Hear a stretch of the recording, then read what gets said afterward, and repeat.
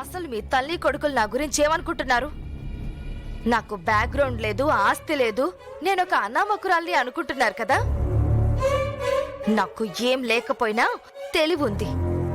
ఆ తెలివితో మీ అందర్నీ ముంచేస్తాను. ఏయ్, ఎందుకలా మాట్లాడుతున్నావు? మన పెళ్లి చేస్తానని మా అమ్మ మాటిచ్చింది కదా. కానీ మనకంటే ముందు వాళ్ళ పెళ్లి చేసింది కదా. ఇప్పుడు మిథున ఈ ఇంటి పెద్ద కొడలుగా వస్తుంది.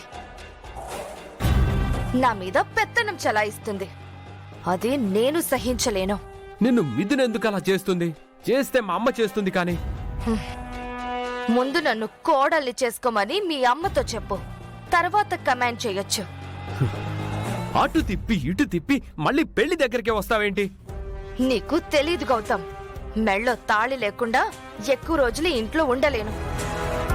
మన పెళ్లి జరిగితేనే నాకు ఇంట్లో హక్కులు అధికారాలు వస్తాయి. నేను ఈ ఇంటి కోడలిగా నేను చెయ్యాల్సినవి చెయ్యగలుగుతాను. నాకు అర్థమైంది. నేను అమ్మతో మాట్లాడతాను. నువ్వేం చేస్తావో నాకు తెలీదు. మన పెళ్లి వీలైనంత త్వరగా జరిగిపోవాలి. కాదని మీ అమ్మ ఆలస్యం చేసిందనుకో, మీ తల్లి కొడుకుల గురించి నేను నిజాలు బయట పెట్టాల్సి వస్తుంది.